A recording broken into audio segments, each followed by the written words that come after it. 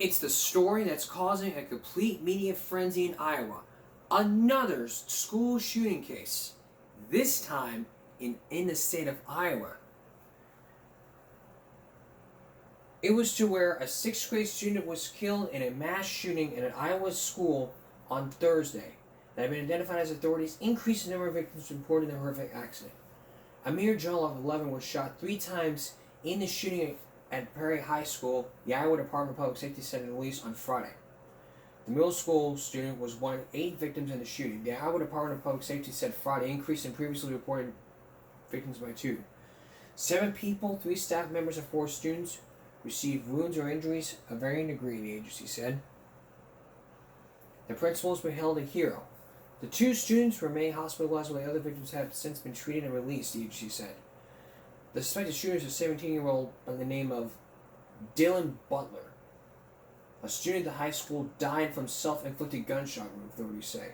He was found dead by responding to officers with a pump-action shotgun and a small-caliber handgun. According to Mitch Mordvin, the assistant director of the Iowa Department of Public Safety's Division for the Criminal Investigation. Authorities have not commented on the possible motive, but the investigation is still ongoing. During a press briefing, the agency said the Division of Criminal Investigation report will be submitted to the Dallas County Attorney's Office to determine what additional course of action, if any, should be undertaken. But during the press briefing on today, Perry Community School District Superintendent Clark Wicks would not comment on the suspect's disciplinary record or records that he was bullied. The school district remains closed in the wake of that Wicks called a horrific incident. Wicks said the elementary and middle schools will reopen as clarified on January 12th. High school students will not return after next week. The shooting occurred before the school day had started, and there were very few students and faculty in the building. So what does that tell you? That really must tell you that something is really going on here. And I think it's time to waste some common sense.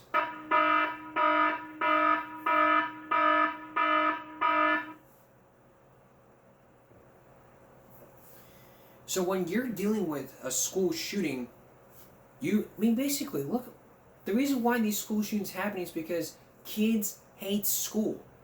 That's the whole reason for this. Kids hate school. They don't want to sit in front of the teachers. They hate waking up early.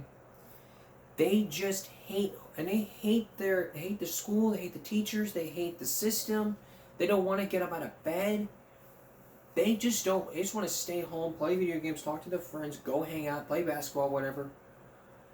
Every state, there's a federal and state law which says that your child is required to go to school all day, every day, unless they have a doctor's note or unless they're at a funeral somewhere. They need to be in school. And if they're sick, the nurse will send them home.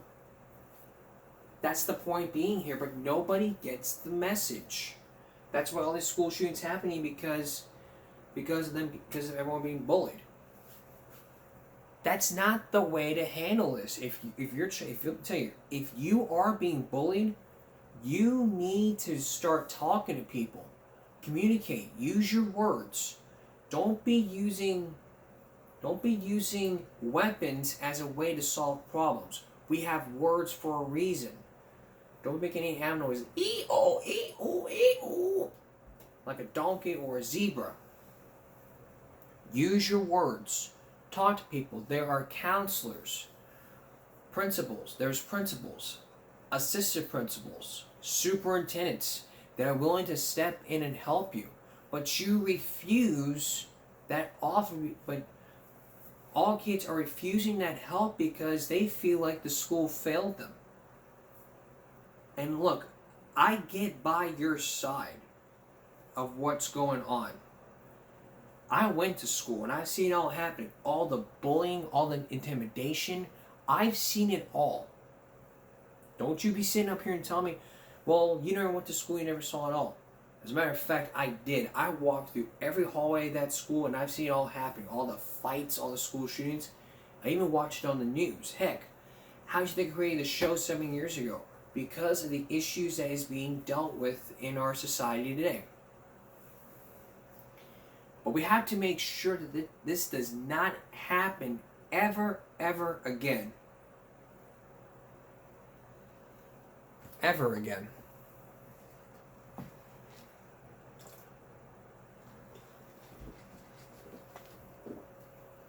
if it did, we probably wouldn't even be here.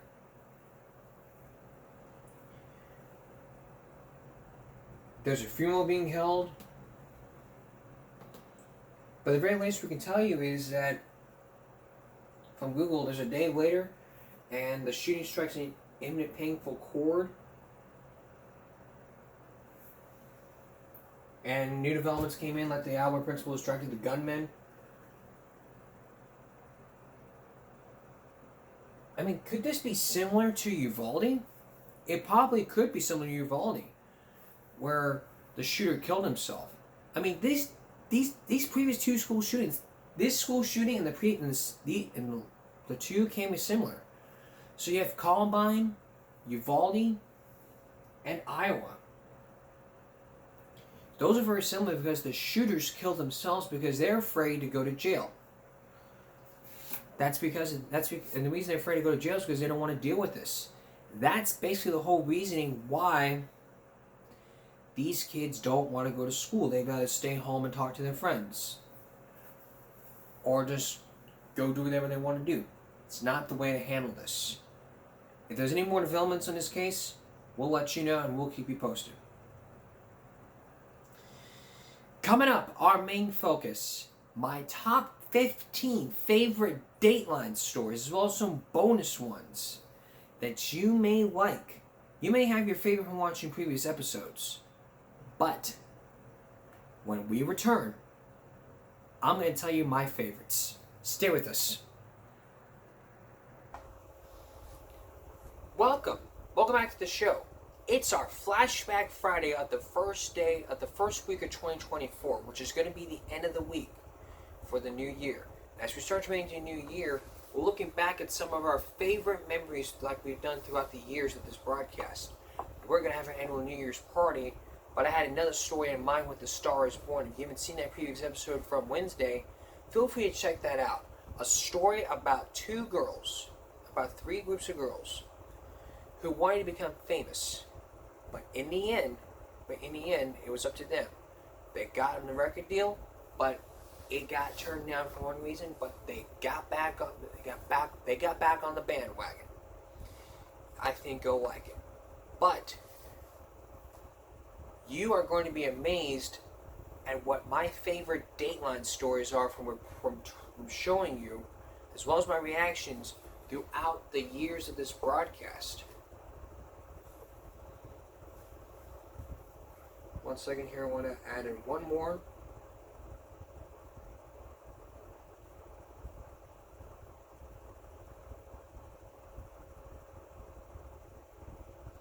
We're counting down my top favorite 15 Dateline stories that I have reported on throughout the years of this broadcast, of showing you on this broadcast. The whole reason why we are doing this is to basically show you what it's like for me to show some common sense. A lot of people ask me, do you report the stories or do you just tell the stories? It's a little bit of both. When you're reporting and showing stories, it's like journalism. I mean, I've had a friend tell me, like, I would be a great journalist. I mean, I wouldn't even know how to go to journalism class. I mean, if it's something we want to do, I'd have to take a break from the show and just basically take some advice. But Del Mar has a program to where if you get good grades, they'll pay you. But if you don't get good grades, you have to pay the price.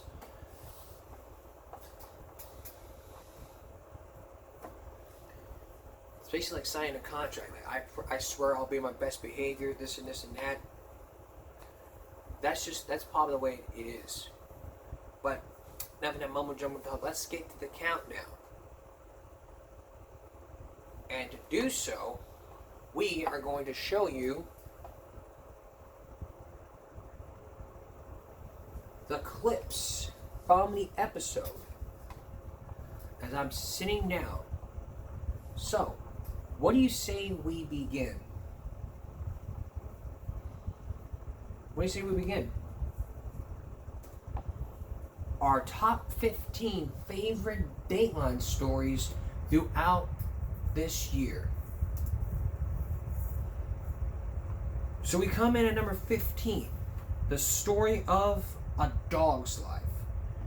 Now, if you didn't see earlier this year, we showed you a Dateline investigation. Actually, it was a Dateline hidden camera investigation. And problems. It was a Dateline hidden camera investigation into puppy mills and how puppies are being sold at pet stores all over the country. It was focused in on one company by the name of PetSmart or Petland. And these kennels, like the Puppy Ridge kennels, they've had all these dogs chained up and abused. Let's take a look at a few clips from that episode. And we went back to another place where some pet store puppies are bred, Nielsen Farms. Critics have alleged that you're running a puppy farm. We returned to Nielsen Farms about a month after we'd been there undercover. Sore on the back. And we showed the owner, Amy Nielsen, a tape of what we found. What do you call a puppy now? I have a breeding operation here. I have a kennel. And that's exactly what it is. It's a kennel. She told us conditions had improved since we'd been there. The maggots in the food. Well, that can happen from an oversight and you get rid of it. You won't see anything like that on those same animals right now. It's been taken care of. And I would like for you to leave. Would you be happy to would like Ms. Nielsen, we're happy to leave right now.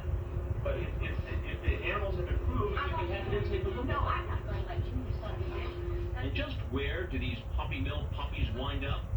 Remember the pet store's promises? Yeah, if you ever hanging out with only private breeders. That's all you do. Where do I get them? Yeah, in other words. Wonderful breeders all over the country. Wonderful breeders all over the country? Alright, now we've seen the pet mills. There's another one that really caught my eye. It was the second story that was 2 weeks after the original story was aired. This was from a girl named Pat Atkinson. Now, Pat Atkinson, if you didn't recall, she had a lot of violations from the AKC, the American Kennel Club. They're the ones that have that seal, and from the breeder.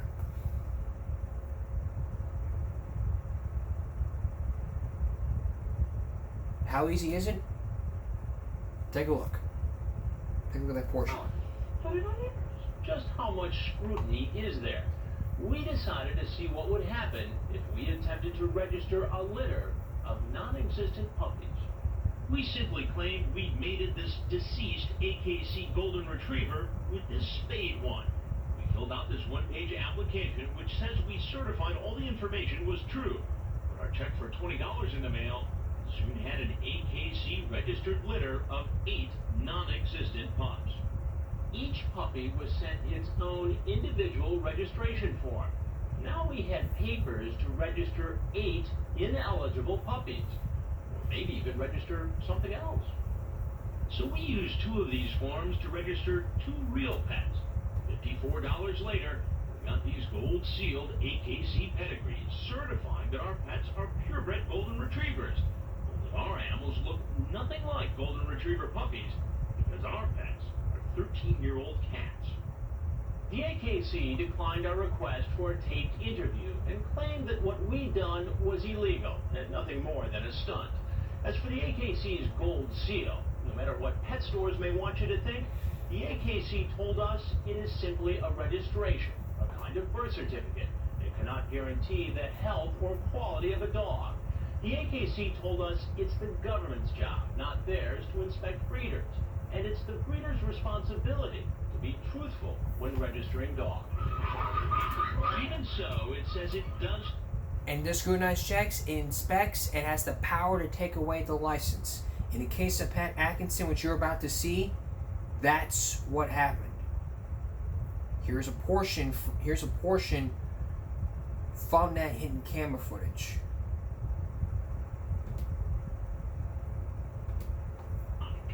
But as we continued our puppy shopping, remarkable.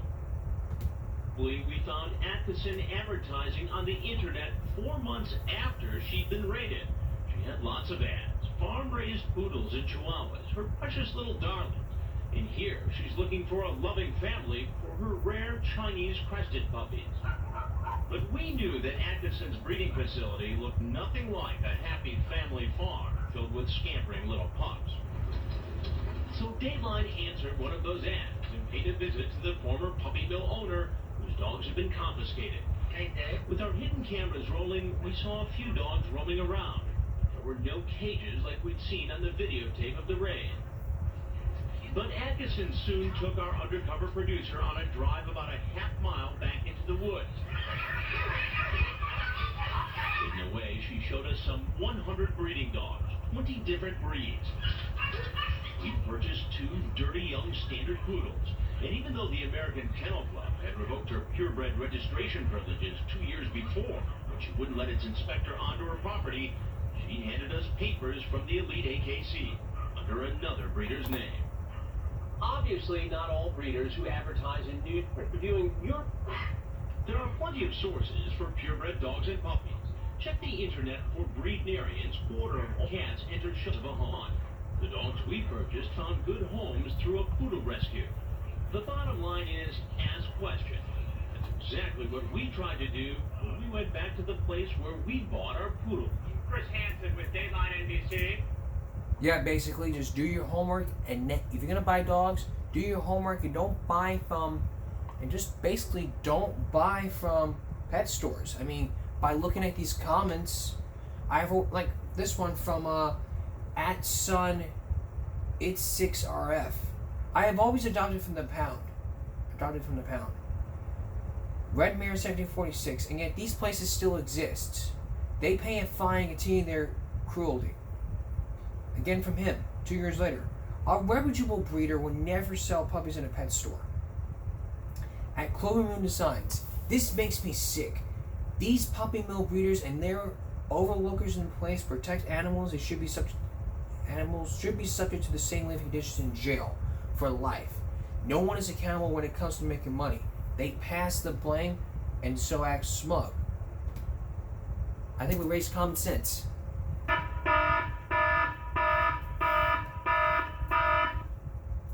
Never buy from puppy mills. Just never ever buy from puppy mills.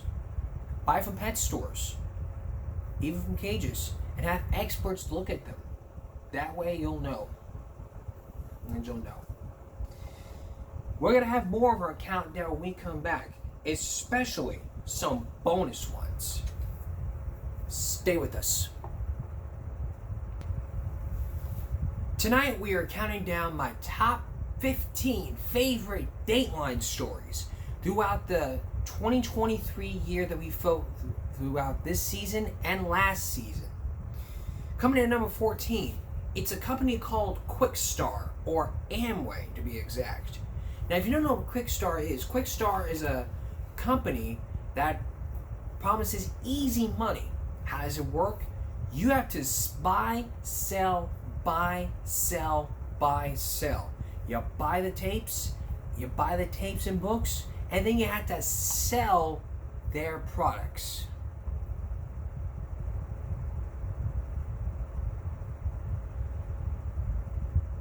Here's a portion from that. To find out what Quickstar was up to, we took our hidden cameras to a recruitment meeting in New Jersey. Hundreds held around the country each week, and where hundreds of thousands of Quickstar faithful get their start. And the first thing we hear is how easy it is to make it in Quickstar. If you're somewhat serious, all I mean by somewhat serious, if you invest at least 10 to 15 hours in your business, this is your own business, you could generate in the next 12 to 18 months an extra $1 billion. I'm sorry, how much? $250,000. You're making more than $250,000. The recruiter, Greg Fredericks, sure gets our attention. Says he himself has made it big on the Quickstar plan. I owe nobody nothing. Today, I'm running a $1 million home, $1,000 Rolex just for the kids, and I just got a brand new way to navigate sitting out front waiting for cash. So things are good. And he says those kinds of riches are ours for the taking. On top of getting rich, we'd also be able to make our own hours, spend more time with our family. So how much does a Quick Start distributor really make? Well, only about $1,400 per year. What's the source for that figure? It's Quickstar itself. You can find it in the fine print of the company's own registration materials. $1,400. That's $248,600 less than what our recruiter Greg Fredericks said we could make. We caught up with him at one of his recruitment meetings. We're doing a story on Quickstar and Quickstar Distributors. Okay. And these folks here work with me. Oh, great. We wanted to ask you a couple questions. Sure. Hey, I just want to make sure I heard you right. First, we reminded him about the money he said we could make. You're making more than 250 $250,000. Are you really making? I'm not disclosing that $250,000. I'm working nearly 50 to 60 hours a week. Mm-hmm. But I'm not going to disclose you my information as far as my personal income. But he did disclose on hidden camera. I mean, let me tell you, there's no saying here. The mouth can lie, but the brain can't. And when the mouth lies, the brain reminds you that you did it anyway. It's how it's covered. That's basically all covered. So basically that's common sense. The mouth can lie, but the brain can't. Alright, continuing our countdown. Coming in at number 13, it's the Sweetheart Swindle. If you remember last season, we told you a story about the Sweetheart Swindle. The Sweetheart Swindle is a scam involving younger women taking advantage of elderly men, meaning taking their money, buying their houses until the elderly men get drained away of their savings. I've heard about this scam. I watched this scam years ago. We showed you this scam. We showed you this scam probably with some common sense, but for portion purposes,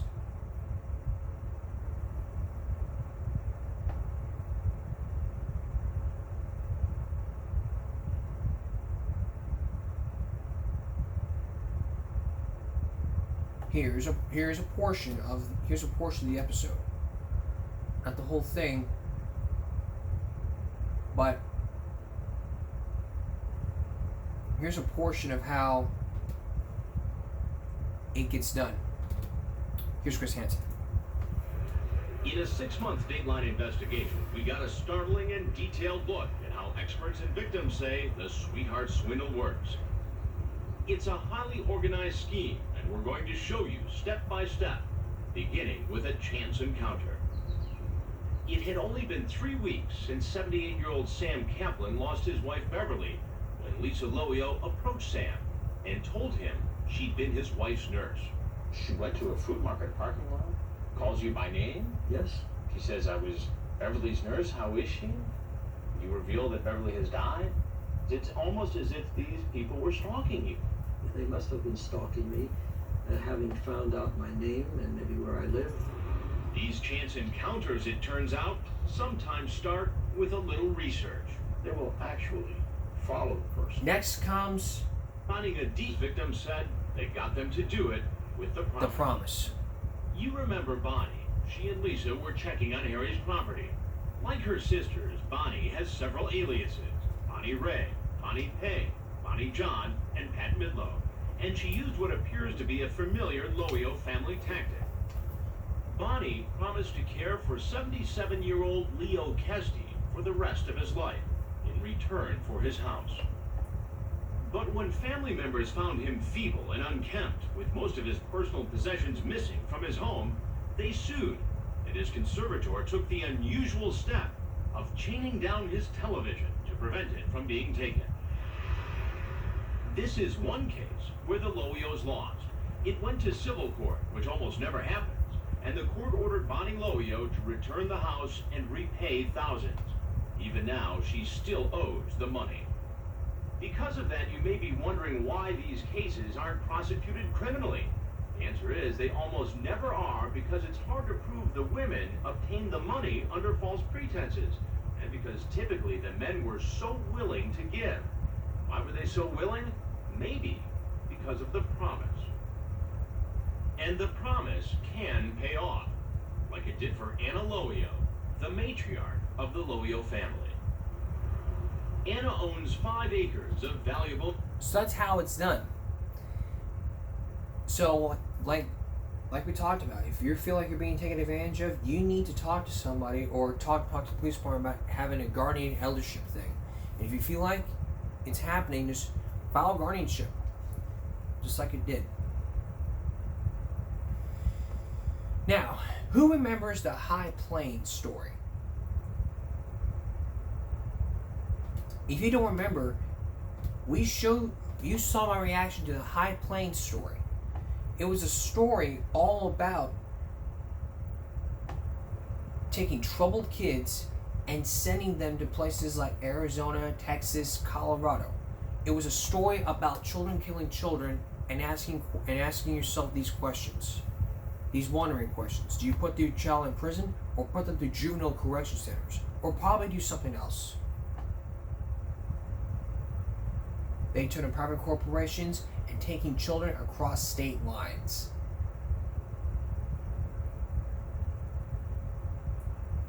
Find it up here.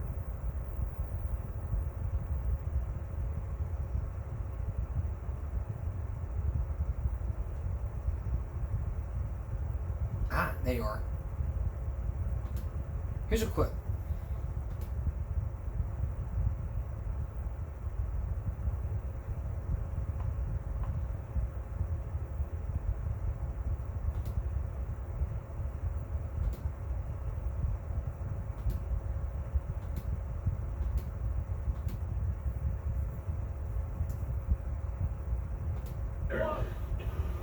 Welcome to Brush, Colorado, home to the High Plains Youth Center.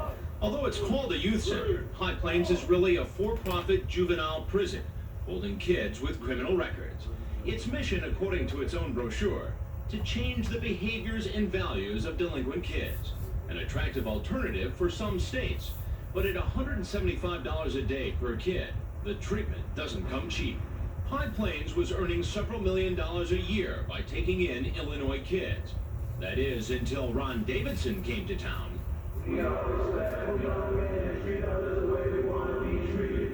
High Plains is owned by the Rebound Corporation. It's home to young murderers, rapists, robbers, and drug dealers from 20 states. By 1995, there were 41 Illinois kids at High Plains. This was a very troubled facility that in many ways had slipped out of control and was not providing adequate care in any stretch of the imagination. Davidson's investigation in late 1995 detailed evidence of drug use, homemade weapons, and gang activity inside High Plains. He concluded that there was a consistent and disturbing pattern of violence, sexual abuse, clinical malpractice, and administrative incompetence. Virtually every state that it. So now you know what happened. After the story here, High Plains shut down, and probably nothing else happened. We don't know if it still existed, but if it did still exist, we will let you know. When we come back, more of our countdown, including Baby Gregory, the dating game, and the one I showed you yesterday, as the plot thickens. Stay with us.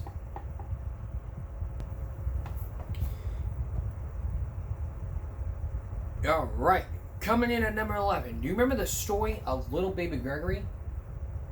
If you don't remember Baby Gregory was born June 10th, 1993, more than 2 months premature. More than 2 months premature and emergency delivery, and the baby appeared very sick. But in July of 1993, he was transferred to Vanderbilt Children's Hospital, near where his parents then lived. It was concern of the baby's well-being were first raised, but hospital documents showed the doctors at that time diagnosed the 3-month-old baby with failure to thrive, and a question where Cheryl Bryan Bruce, a physician, did not recognize the baby's, quote, severely malnourished state. But Dr. Cheryl Brian Bruce claims there was racism involved. But the doctors involved told Dateline that the racial allegations were totally false. Months later, in December 1993, December 6th to be exact, baby Gregory, almost 6 months old. His parents say that night he fell off a bed as Dr. Brian Bruce was about to diaper him. The next day, he went to the hospital and was diagnosed with shaken baby syndrome. Doctors believed that Gregory was physically abused, but the medical evidence was brought to the Tennessee Department of Social Services. Charles Wilson was one in charge. And then days later, the baby was transferred from the family to the state of Tennessee, where the Brian Bruces say they were shocked.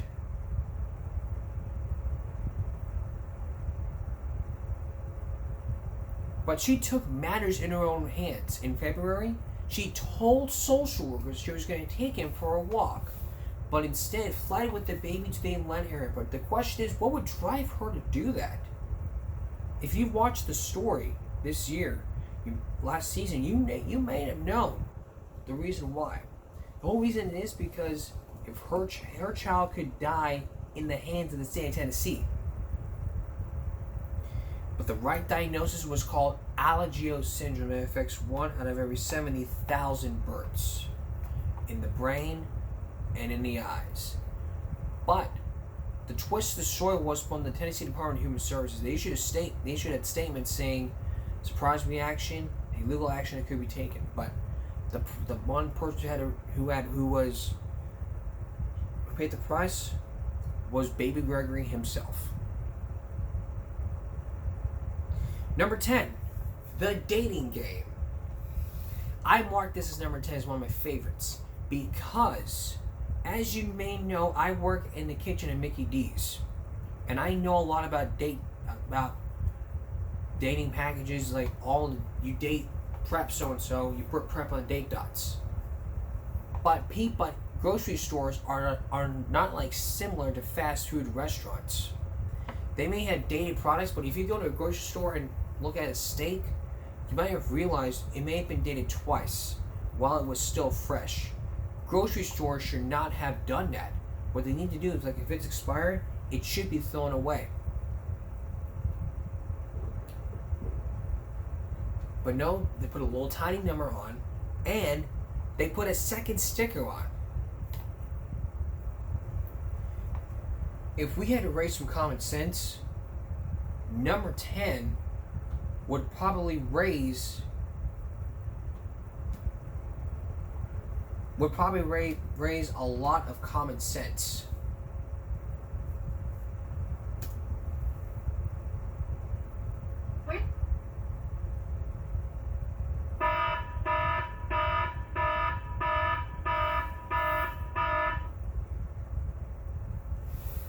That's how it is. You don't redate packages.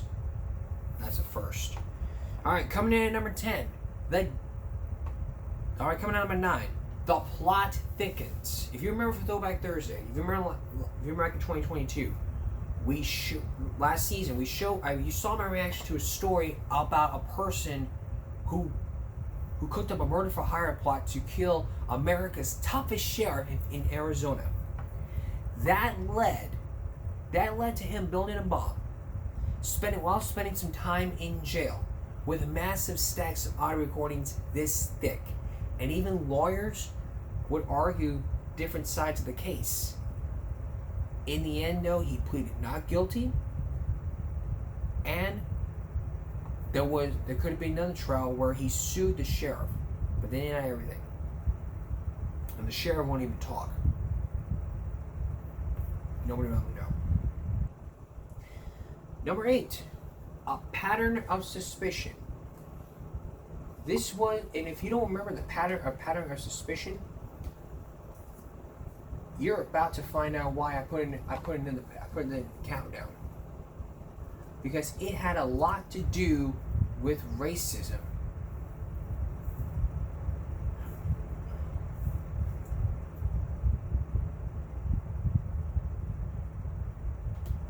Here's a quote.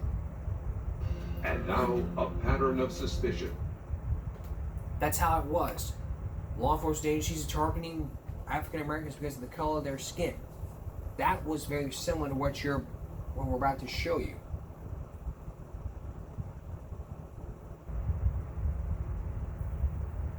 From a murder case. His name was Timothy Thomas. He had a bunch of tickets laid out like this thick for driving without a license.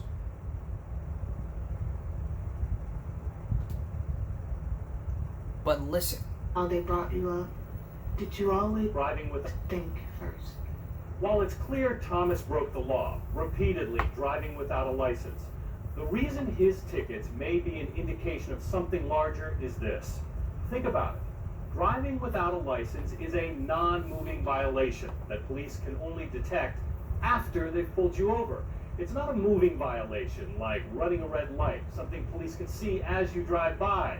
And driving without a seatbelt, that's an infraction that police must look very closely to spot. So the question is, if Thomas was being ticketed for infractions that were either difficult or impossible to see, why was he being pulled over in the first place? A mother may be the. It may be because of the tickets. If you look at the tickets very closely, you might just look at that with a microscope and go, oh, maybe that's why.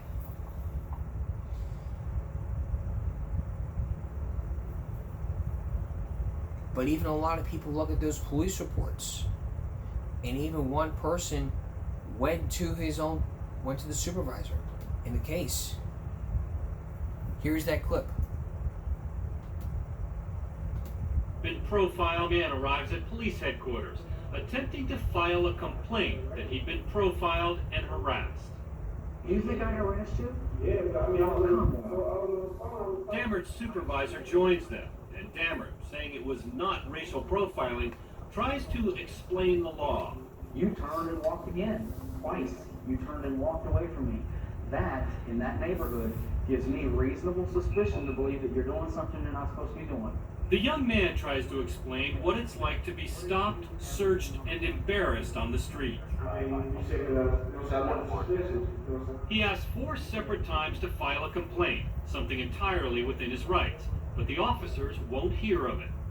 Well, you're talking to my boss right now. I don't think he's going to put it on paper because there's no violation here. I mean, I should have the right to, write it down. They even suggest there might be legal consequences. Do you understand there's such a thing as filing a false police report? You understand it's a criminal charge? If you try to go through with this and they bring that tape in and they find that you're lying about what you're saying, you can be charged with that? He never files a complaint and leaves feeling his concerns were neither heard nor understood. Can you see how this young man would feel like this cop targeted me? I mean, I didn't have anything on me. I wasn't selling drugs. I turned away from him. That's why he comes up on me. That's how it was. That's how you look at it from a different perspective if you feel like you're being racist. We should not have racist cops on. Period. We shouldn't. Alright. Coming up, more of our countdown. From airport security and safety to escalator safety. Stay with us. Take a look at that small gap. If your foot was caught in that small gap, you might have been injured. That leads us to our countdown all about escalator safety. Take a look at this animation right here. As you can see, the escalator is like 3/16 of an inch. But by looking at this, you could see that maybe your child, and it can have internal injuries like you may never seen before. Broken toes, torn legs, even stuff like this. But signs are posted like this saying you should hold hands and hold on to the rail. So coming in our countdown, it's all about those escalator safeties. You saw my reaction, but on our next Throwback Thursday, which is come up in about another week or two, we're going to talk about escalator safety and what you can do. Alright, coming in at number 6, it's all about the airport safety and security. Now, if you remember, last season, we talked about airport security and safety and the poor supervision of airport security. We also showed you a Dateline footage, VHS tape, all about airport safety, what you need to do to get out of the plane. But great news for me was that I came out safe. And ears, that's something I forgot to mention about, and we're going to mention that also on our next Throwback Thursday. We're halfway through the countdown here. Coming in, we already got through Rendezvous Team, we already got through the plot thickens, the dating game, very, very, very high planes. Now we're on to Alive. If you don't know that story, you saw my reaction to the story. The story about a group of men who were traveling across the Andes to go play at rugby, a very sport similar to soccer. But to get through to the Green Valleys in Chile, they had to cross the Andes in October back in the 1970s. They would struggle for 9 days and hike, and during those 9 days they would hike to find their way to Argentina, even eating human flesh and having lots and lots of food at their disposal. A couple of bottles of wine, some liquor, 8 candy bars, dried fruit, jam, and a packet of crackers. Heavy clouds and avalanches would be at the mercy. So, I put this down as one of my favorites because it's a groundbreaking story that even Dateline can tell us it's a survivor story. Alright, coming in our next countdown, it's Hostile Environment. Now, if you don't know, you saw me actually a story about sexual harassment in the workplace and how it's very, very inappropriate. Now, you should very well report to your supervisor if it's happening. I showed you saw me actually the story about Janae Adrian, who complained about sexual harassment along with 45 different women. Who complained about sexual harassment by the man of Daniel Wasson from the company by the name of Dell Labs. They denied everything, stating in their own defense there was no sexual harassment, there was no this and that and the other. And in the end, I don't think they'll settle, or no one knows about the case. I tried looking it up, but there was no case.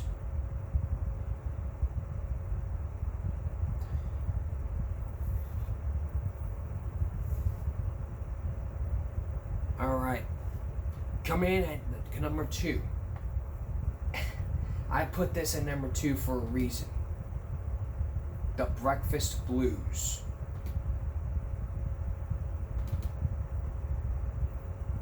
I put this at number 10 for a reason.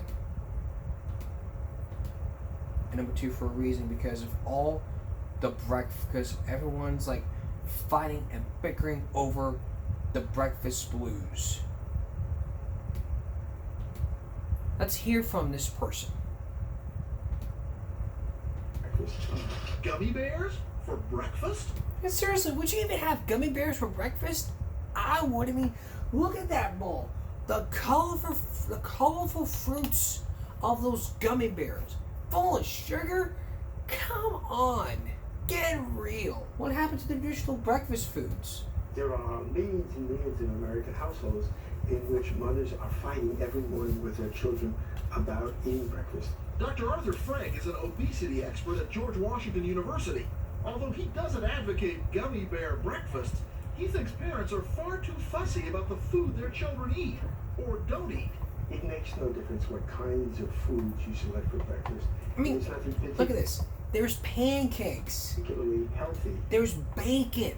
There's sausage. About using America's traditional breakfast foods at breakfast time.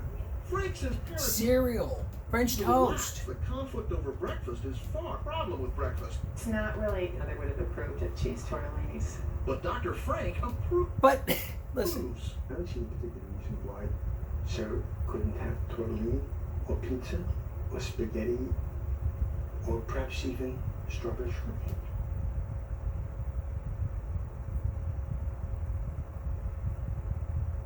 Oh, are you kidding me?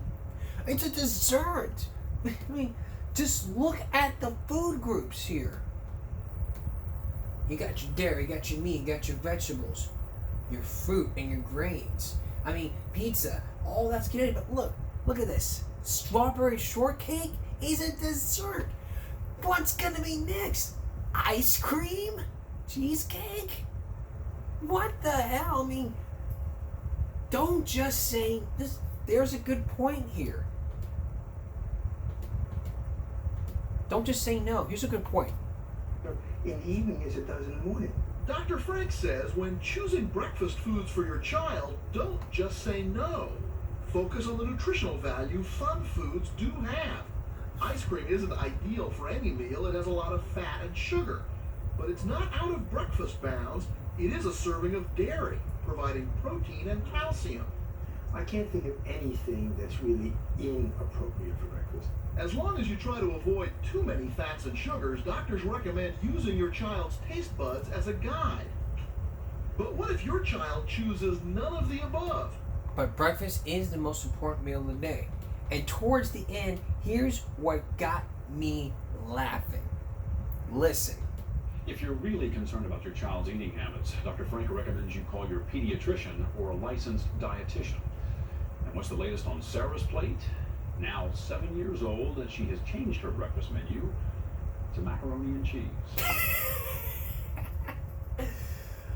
Oh, what a life. That's why I put that at number 2, because I was laughing freaking so hard. I laughed so hard. Take a look. Take a look at my laughter.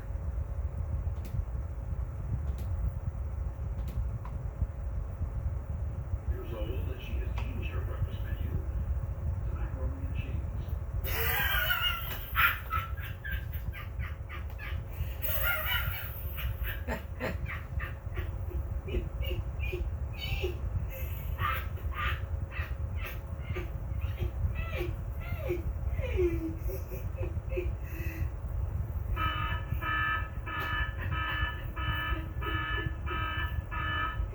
I don't know what I was thinking. I'm drooling over here.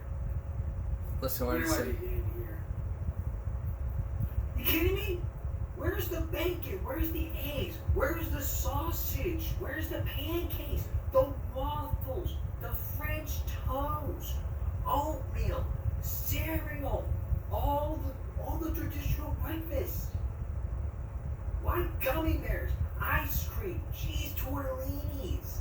Spaghetti? Strawberry shortcakes? Candy? Chips? And macaroni and cheese? Come on, get real.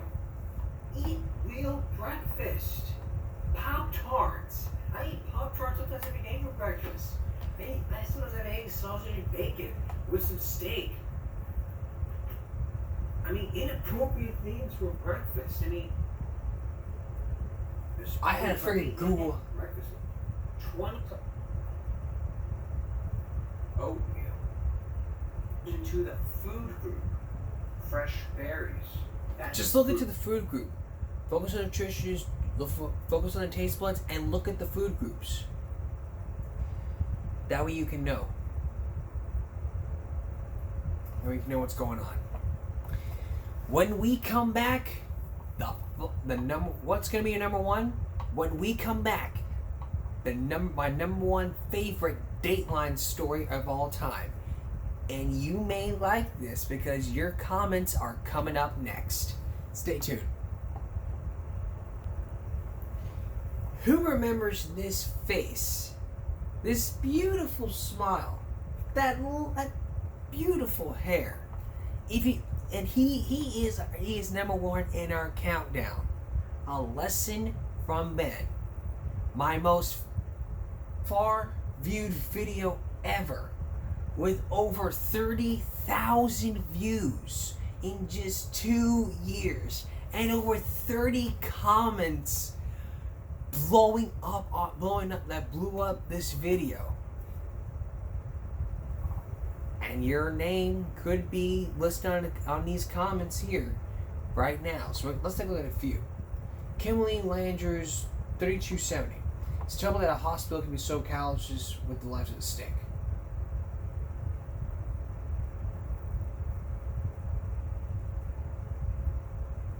Very difficult to see the sadness in the father. Poor Ben, rest with the angels.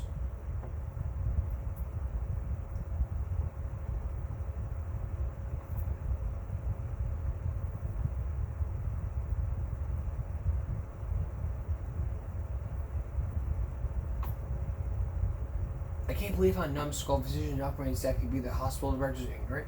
No operation is safe. I don't care how old you are, how healthy you are. I didn't watch the whole episode. I hope that family's sued. One person said it's hard to watch. Another person said it's so sad. If I was the kid's father, that hospital would be called Ben's Memorial Hospital. Ben's name would be on every unit. Ben's emergency room, Ben's pharmacy, Ben's maternity ward, etc. And they be paying out the ass. It's sad they're so ignorant. Made shoes, really. But, really, I put this in number one for a great reason, because the only reason I put this in number one is because of y'all. Y'all blew up at 30,000 views. I had to make this at number one for one reason. Y'all. Y'all really blew up in the comments a lot. I was going to put on there Forbidden Love, that murder story, but the video got blocked. I'm very sorry. If I had a screenshot of this, I would even consider putting it on there, but I don't want to get blocked again. Here are some bonus ones. You remember earlier this season we showed you this year we showed you the routine surgery for one person. A safe operation, but medical mistakes can happen, similar to what happened to this kid. After that, Lisa, it was her name Lisa Smart. Lisa Smart died after that operation, but lawsuits kept happening. We don't know what else happened, but we'll let you know. A Dark Victory. Our season finale was all about guiding eyes for the dogs, meaning the dogs would act as the blind person's aid. The hemispherectomy.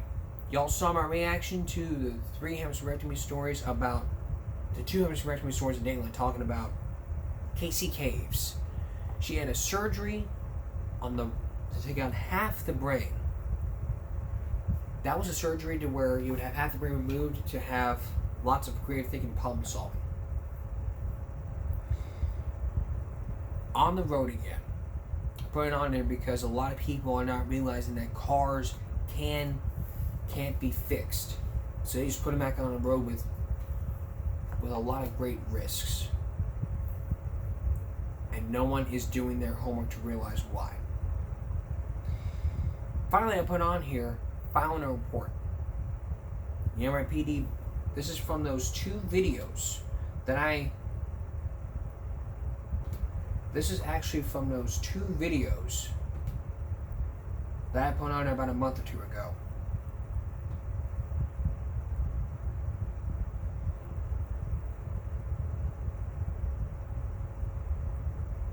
Oh, and also, the last mile. I forgot to put on here the last mile as an added bonus to put on here. So, let's put on here.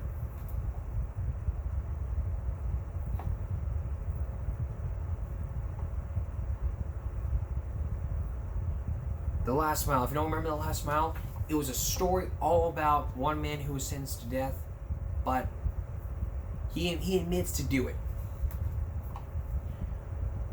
He meant to do it.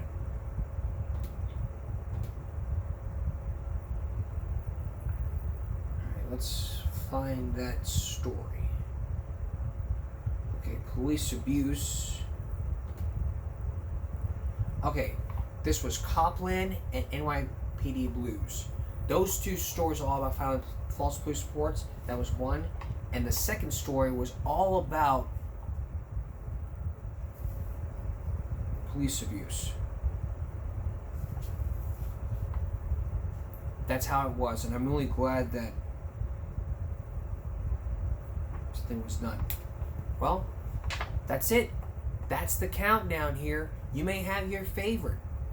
from talking about these over the years. Search Recap, Dog's Life, Quick Star, Sweetheart Swindle, High Plains, Baby Gregory, The Dating Game, The Plot Thickens, A Pattern of Suspicion, Airport Safety and Security, Escalator Safety, Dr. Ronald Davidson, Alive, Hostile Environment, Breakfast Blues, A Lesson for Ben, The Bonus Ones, Routine Surgery, A Dark Victory, The Hemispherectomy, On the Road Again, Filing Report, and The Last Mile.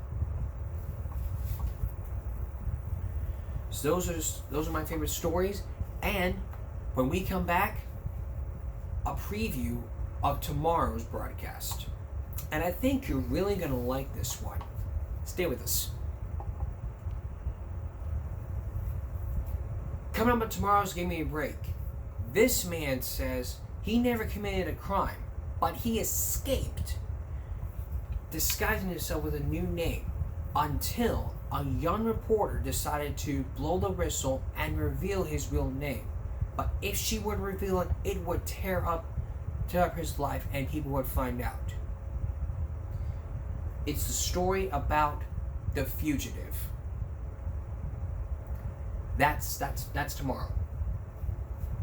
I was gonna say that for next week, but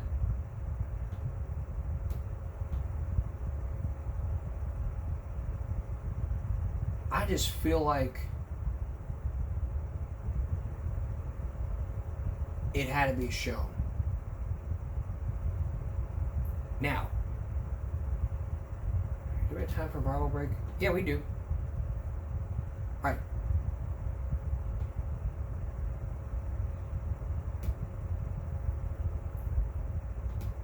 Here's a short viral break. Spider-Man Far From Home. Pizza time. I'm not paying for those. I need that money. Why is Peter Parker strapped up? You say you can't sleep. Bad dreams. There is one dream. It's probably about Uncle Ben. In my dream, I'm losing my money. What? This ain't Spider-Man Far From Home. This is Spider-Man Homeless. Hi, MJ. This is Peter. I was thinking if you could lend me $100. That ain't Spider-Man. That's broke man. But it's probably thinking that I won't give it back to you. But I have a paycheck due this week, and I promise as soon as I get Your time has expired. He wasted money on a payphone to get money. He better not rob Aunt May. Wait, don't you dare take this money from me. I need that money. He's the brokest Peter Parker of all the multiverses. I need it more than you do. I missed the part, but that's my problem. What? I'm done watching Disney. I wonder if Disney Minus has Spider-Man Far From. That was Disney Minus, a parody of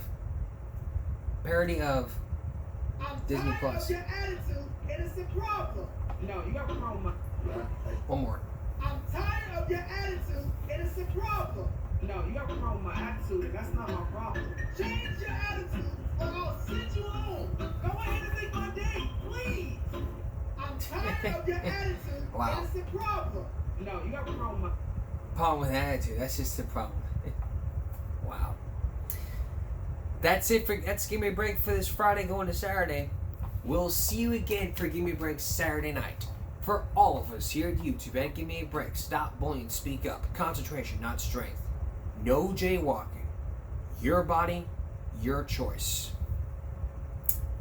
Good night, everyone.